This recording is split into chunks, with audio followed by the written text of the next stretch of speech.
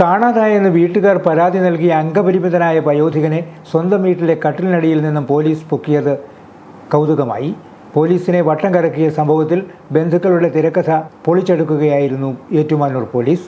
ഭിന്നശേഷിക്കാരനും autorickshaw ഡ്രൈവറുമായ Ettumanoor വരവുകാലായ സുരേന്ദ്രനെയാണ് കഴിഞ്ഞ 29 മുതൽ കാണാനില്ലെന്ന് ബന്ധുക്കൾ ഏറ്റുമാനൂർ പോലീസിൽ പരാതി നൽകിയത്. മാൻ മിസ്സിംഗിന് ഏറ്റുമാനൂർ പോലീസ് കേസെടുക്കുകയും ചെയ്തിരുന്നു.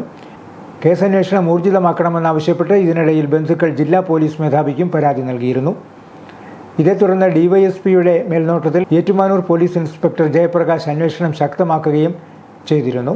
സംഭവ ദിവസം സുരേന്ദ്രൻ ഏറ്റുമാനൂർ KSRTC ബസ് സ്റ്റേഷനിലെ ഓട്ടോറിക്ഷ ഡ്രൈവർമാരുമായി വാക്കുതർക്കവും കയ്യേറ്റവും ഉണ്ടാക്കുകയും തുടർന്ന് ഇത് സംബന്ധിച്ച് പരാതി നൽകുവാൻ സ്റ്റേഷനിലെത്തിയ സുരേന്ദ്രൻ മദ്യലഹരിയിലാണെന്ന് തിരിച്ചറിഞ്ഞ് പോലീസ് ഇയാളുടെ വാഹനത്തിൻ്റെ താക്കോൽ വാങ്ങിവെക്കുകയും ചെയ്തിരുന്നു.